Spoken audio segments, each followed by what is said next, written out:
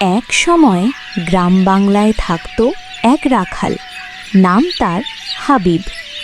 ছেঁড়া লুঙ্গি, কাঁধে লাঠি, কিন্তু মাথার ভেতরে ছিল তীক্ষ্ণ বুদ্ধি। সে প্রতিদিন গ্রামের মাঠে ছাগল চড়াত আর মানুষের কথা মন দিয়ে শুনত। হাবিব ভাই, তুই এত কম কথা বলিস কেন? সব সময় কি ভাবিস? রহিম, বেশি কথা করলে জিহ্বা ক্লান্ত হয়, কম কথা করলে মাথা কাজ করে। হা, তোর মাথা তো বইয়ের মতো। এই রাখাল, শোন, আমার ছাগলটা তুই চুরি করেছিস। না না মিয়া, আমরা কেউ। করিম মিয়া, আপনি কি নিশ্চিত আপনার ছাগলটা আমার দলে আছে? নিশ্চিত না হলে কি আসতাম? আমার ছাগলের কানে লাল দাগ আছে। ঠিক আছে, সব ছাগল এক লাইনে দাঁড় করাই।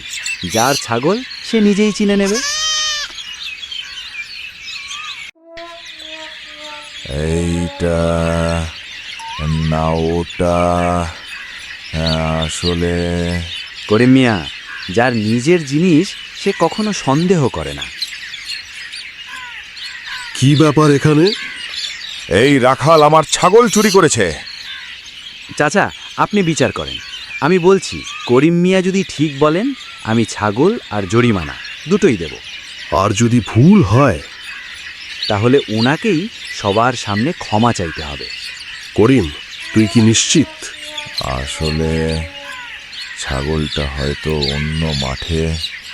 করিম মিয়া, ধন থাকলেই মানুষ বড় হয় না, সৎ বুদ্ধি না থাকলে সব শূন্য। ভুল করেছি, আমায় মাফ করে দাও।